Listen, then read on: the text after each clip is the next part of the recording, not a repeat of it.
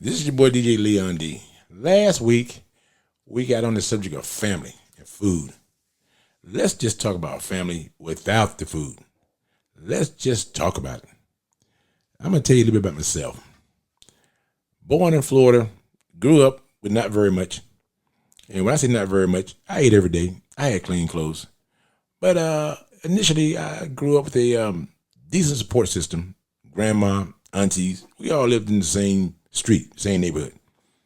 If I wanted something, I just went to my grandma, my aunt, my mom's sister, just went, hung out, ate, did what I wanted to do, worked a few jobs as far as being 12 and 13 years old, had a newspaper route. But all my grandma and grandkids grew up close. Now, when I say that, it's only 8 of us. It's only 8 of us. My one aunt had 1 child. My mom had 2. My one had 5. So it's 9 of us because my uncle had 1. I'm the second oldest. I'm the oldest male. It's kind of funny that we all grew up. If my mother wasn't home, I went to one of her sister's house. And then my grandma got off from work, went to her house. One of my aunts never worked, but we were never really close. But I saw her for all the major holidays. But me and her daughter was close because we're the oldest too. But time goes on. We all did our own thing, go our own way. Nobody really grew up needy. We all had decent jobs, went in the military, worked for the state, worked for the county, whatever have you.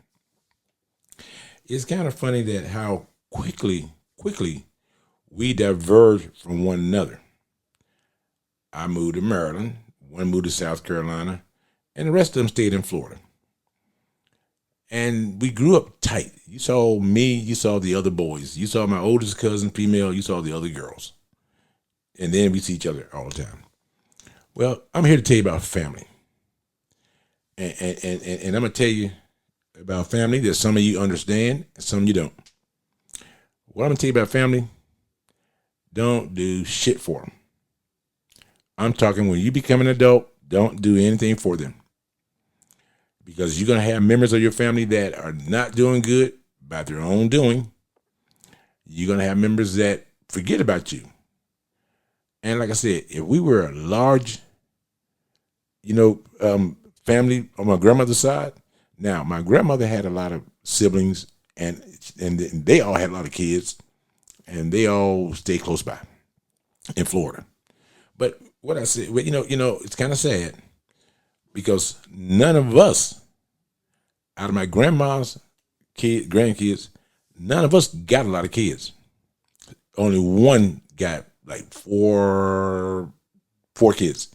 Rest of us got 1 or 2 at the most, at the very most. It's not a lot. Now, I got a couple cousins who claimed kids that were not theirs. Don't know how that happened. When they got older, they found out the kids were not their kids after they paid child support. But my point is, I'm talking about my grandmother's grandkids. I'm just talking about her grandkids and myself. It's just funny that out of all of them, I've done the best financially. I've done the best career-wise, everything. And that's not a lie. Because I knew I was always different, even at a young age. I wanted to read books. I wanted to do a lot of things that my cousins, I got one, he can draw his ass off. And for years, people kept saying, man, he should be an artist. It's not what he wanted to do. It was just a talent he was given. And I knew I wanted to go to college. I wanted to get a degree, and I wanted to do certain things. And I did all that. And I also knew that in Florida, in Florida, the wages were not very high. Because I talked to people while I was like 12 and 13, because some of them had things I wanted. I wanted a big truck, a big house, blah, blah, blah. And a couple of people who were in that position told me how to get there. Because, see, I don't take advice from those who don't have either what I have or what I want to have.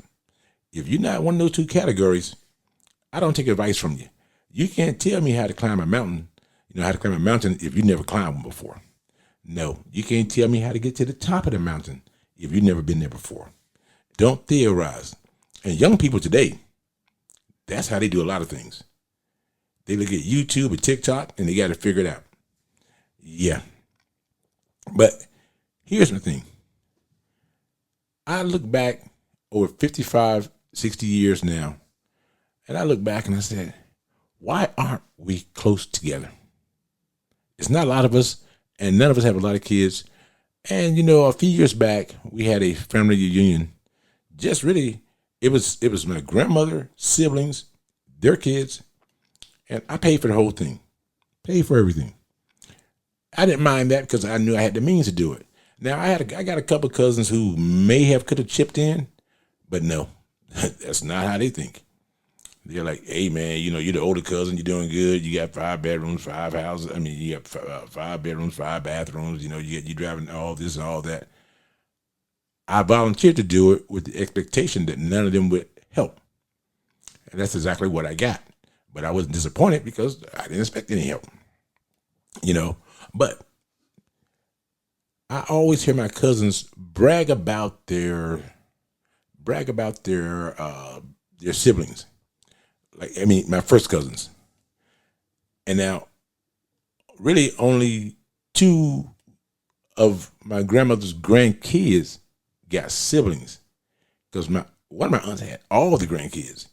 Like I said, my mom had 2, my uncle had 1, my other aunt had 1. So they didn't have siblings. But it's kind of funny how they used to brag about what each other had. It's always funny about that. I always think of, the older I get, the more I think about, why is that you always brag about what your brother had or your sister got, but whenever y'all needed something, you always ask me. That's kind of weird. They always brag.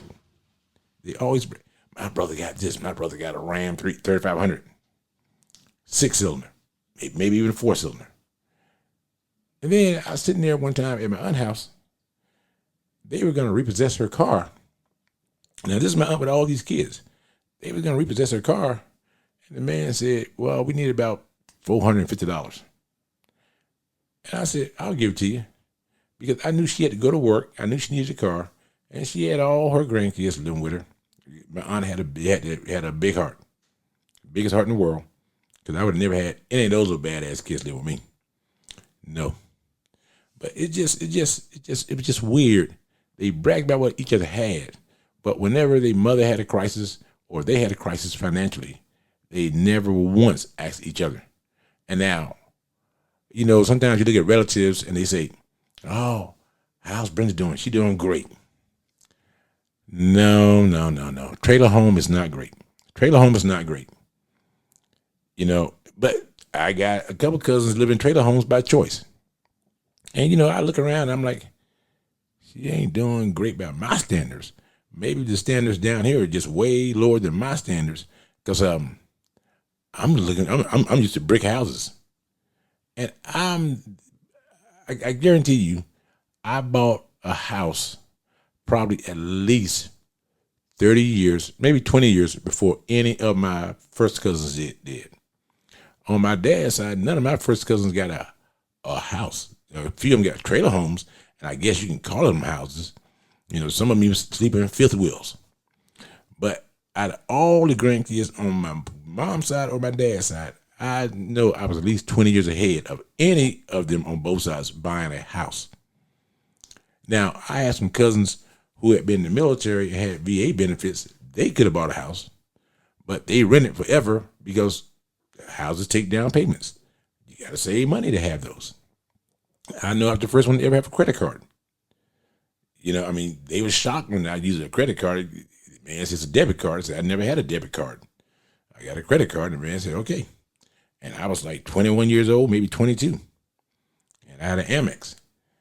But it's just strange how we all grow apart. And I got a first cousin. And he asked me, matter of fact, let me tell you this story, but let me tell you what not to do. When I or my wife or me, my wife and my son traveled to visit any relative, which is almost rare nowadays. I used to, when my mom was living, I would go see her a lot, and she lived in a different state. She lived near her relatives, her sister and her nieces and aunts, nieces and nephews and all them. And so I would go a lot. And I would, but I always stayed in hotels. Never stayed with a relative. Never stay with a relative. I don't give a damn who that relative is. Never stay with a relative. Because here's how it works. You stay one night with a relative. If they ever come your way, they are going to expect for you to offer them a place to stay. My relatives, their cleanliness don't meet my standards. So I stay in a hotel. When they come visit me, I have no obligation to want them to stay with me. They should be going to a hotel too. I have relatives came to me and he said, "Hey, cuz, I'm gonna be in the neighborhood for one night." No, he didn't say one night. He said, "I'm passing through on my way going to New York." I said, "Oh, I'm only 4 hours away." He said, "Mind if I stay tonight?" And I had stayed with him one time for one night only. And so I said, yes. And I messed around, man. He came here and I went outside to go see him, make sure he got to my house. It was him plus 4 other people in the car. His mother, his son, and his daughter. I said, "Hey, you didn't say we're going to New York. You say I'm going to New York," which I thought was just you. He said, "Yeah, because I didn't have room for a hotel." I said, "Well, you're 4 hours short in New York and you ain't got room for a hotel." "Well, he said, I'm going to stay with our uncle." I said, "Okay, where's everybody going to sleep?" "Well, you got a lot of bedrooms here." I said, "Okay, y'all can stay tonight, but you can't stay in the bedrooms. My wife got them all spick and span. They all clean." No. They all slept on the family room floor. Luckily, I didn't throw away the air mattress that I had for 8 years for camping, including my 70-year-old aunt. Because I said, nah. Then, so I get the next morning, about 6:30, he says, "Hey, what's for breakfast?" I said, "Oh, yeah, I got some ham, some bacon, some eggs in there and stuff, some bread." "Oh, good." I said, "What time y'all leaving today?" "We decided to hang out a couple more days." I said, "Oh, no, you can't stay here. I'm going to work. I didn't plan on taking no vacation time off. I got some things I need to work on. I got some things I need to work on. Yeah, you can't stay here." They stayed one more night. The next morning they were gone. And I knew I was going to meet them in New York on the weekend because I knew we was going there for the same reason. I get to New York. I see my oldest uncle. And I was like, "Man, they came and stayed 2 nights." He goes, "I was wondering what happened to him." He said, "You know what? I thought he was coming by himself.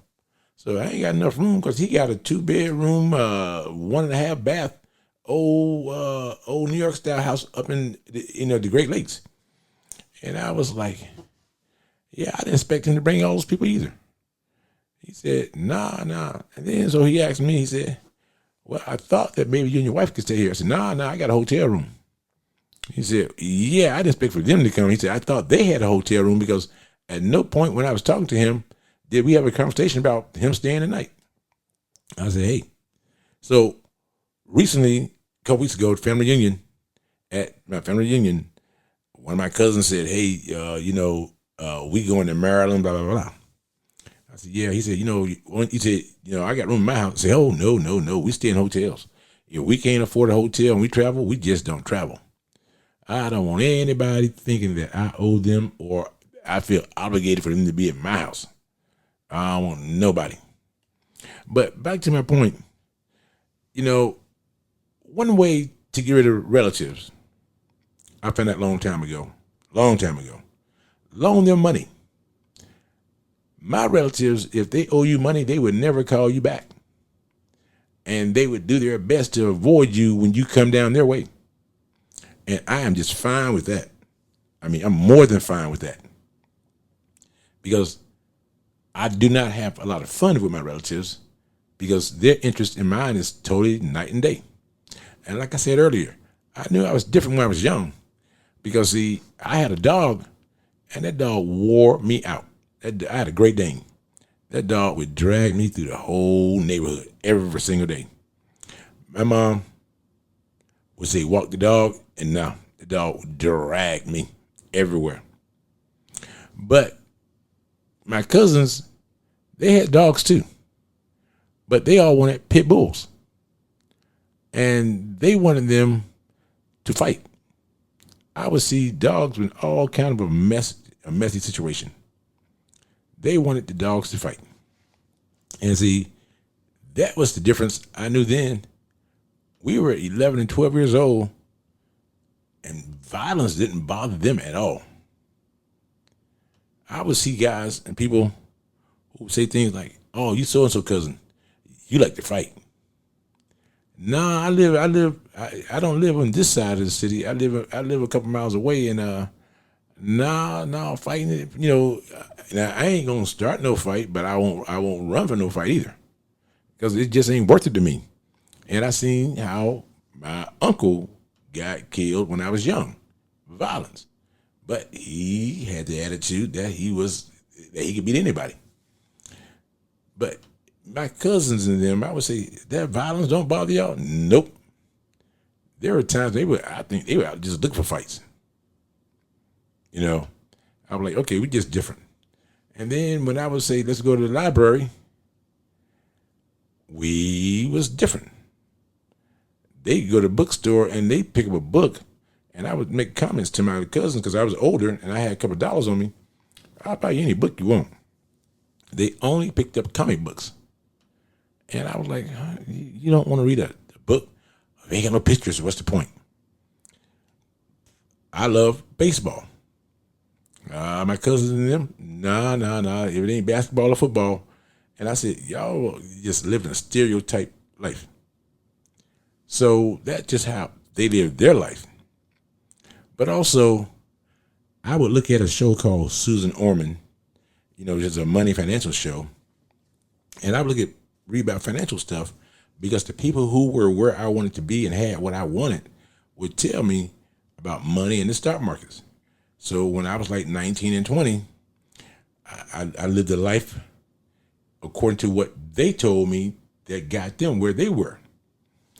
And so I knew I was different than my cousins, because they got paid whatever they got paid, and they spent it the same damn day. And I would say, okay, I need to open a bank account, I need to open a credit union, put money in, and never take it out. That's difficult. But I didn't think it was that difficult, because what I put in is what I had left over. What I had left over is what I lived off. I've done it my whole life. I didn't like owing nobody. Even worse, the reason I didn't like owing nobody, because I didn't like nobody owing me. And my cousins, them, hey, cuz, loan me $2. Hey, loan me $5. And then I'm like, hold up. This adding up. When they got paid, they pay me, and then borrowed the same money, if not more, 2 days later. And I said, that can't be my life. I said, being broke, because the minute I told them no, that's when I realized I didn't have cousins no more. I had borrowers. Our relationship changed. We didn't talk, we didn't call, and as the years went on and I got older, and my income went up, their income went up, but their habits didn't change. Their habits just got more expensive. And I made a comment to my cousin that if you ain't got what you want by the time you're 50, you probably don't want it. And they seen about my cars and about my house, how I was living. They just thought that I had money, extra money for them. And now, when I talk about family, I'm not talking just about my cousins. Sisters and brothers the same way. Sisters and brothers, and when I say cousins, it's on both sides of the family. Like I said, probably out of about 50 cousins, I got about 2 or 3 I deal with on a daily basis, and I deal with them. And actually, I like all my cousins. Like is a strong word. I tolerate all my cousins, but their lifestyle just never was gonna be my lifestyle on either side of the family, because I wanted things But I didn't mind waiting for things I wanted, because I always wanted to say, I got a lot of uncles. I never really seen in my family role models to how to retire, how to have money, how to make sure, that in retirement you're gonna be all right, how to make sure that you got money for your kids to go to college. College was never mentioned in my family on either side. Not until later on when I got to high school, when I knew I was going to college, because that was the only thing my teachers and everybody talked about. They never talked about the military. They never talked about community college. They never talked about working for the city, the county. They never talked about any of that, at least to me, because they knew I could make it in college. So did I. But it was never something that they ever put a lot of thought into talking about other things. Now, we did have some guys in my class that they said, "Hey, shop mechanic, you'll be a great carpenter, a great mechanic." They had them going to other types of schools, but it was continuing education. My cousin told me his dream in life was to get a job with the city. I said, "Wow, that's all you got, ambition-wise?"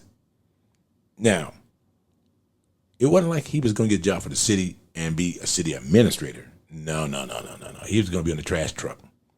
Yeah, a couple of them did that, and they were just so thrilled. But when I look back now, they got a pension. They got benefits. Now when I look back, I can see all that. At that time, all I knew was that I want to get the hell out of this state and go some other places to do other things. Luckily, I went to high school in Germany. And I'm thrilled that I did, because that's where going to college and trying to do good and having dreams was not an option. My cousins and them, none of them ever had dreams. They never had dreams. They all live in the same state. Matter of fact, I can't even think that they even leave the state for vacation. That's not their style. They didn't have ambition. If they did have ambition, it was to be the big guy in a small town, which don't take much. I had so many dreams, so many places I wanted to go, and I'm doing it now, and I've been doing it my whole life, and that was the like I said, that was my dream. I'm gonna go to Europe. I lived in Europe. I'm gonna go to South America. I lived in South America. I'm gonna visit Alaska. Been there 5 times. Lived there for 18 months. I'm gonna go to Asia. Lived in Asia. So these are not dreams I had when I got like 40. These are things that I said I was gonna do when I was 20.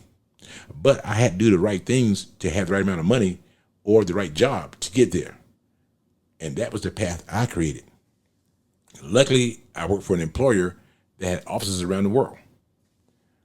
I either visit or live in those offices around the world. So that was my ambition, my dream. And I still got other dreams and ambitions and things that I want to do before I go. And I look at my cousins and I'm like, man, y'all 55, 56 years old.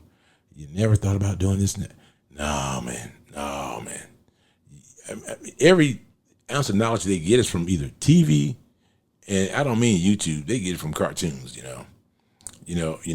but like Fred Flintstone and stuff, But my whole thing was I surrounded myself with people who have ambition. If you don't have ambition, I'm not the one for you. Nope. And like I said, most of my cousins, their financial, not all, their financial situation is the same today as it was when we were 19 years old. Nothing has changed. Can I borrow $1? Can I borrow some gas money? Nothing has changed. And you know what? Here's the sad part. I'm the second oldest out of all my cousins, and I guarantee you, on my mom's side, maybe 2 or 3 people out of the 9 might know my son's first name. On my dad's side, maybe 4 or 5 of them, actually maybe 3 out of 40 might know my son's first name. My son don't ask about my family. I don't talk to him about my family.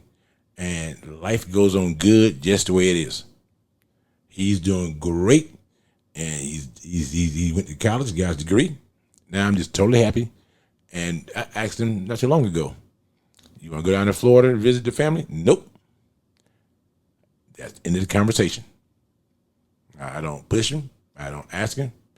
And be honest about it, I'm kind of glad he's taking the path he's taking. Because his first cousins, my nieces and nephews, those are not people I want him around. I don't want him around them people. I don't need weed smokers. I don't need people who've been in jail. I don't need people who just do all the wrong things and blame it on somebody else. My nieces and nephews, now, the nieces and nephews that he knows on his mama's side, those are like his sisters and brothers. Those are first cousins that he know. And I'm proud of that because they're good kids. They do all the right things. But the ones on my side, my nieces and nephews, no. When I get a phone call from them, it's always I need. This is your boy DJ Leon D. That's a wrap for this week. Peace.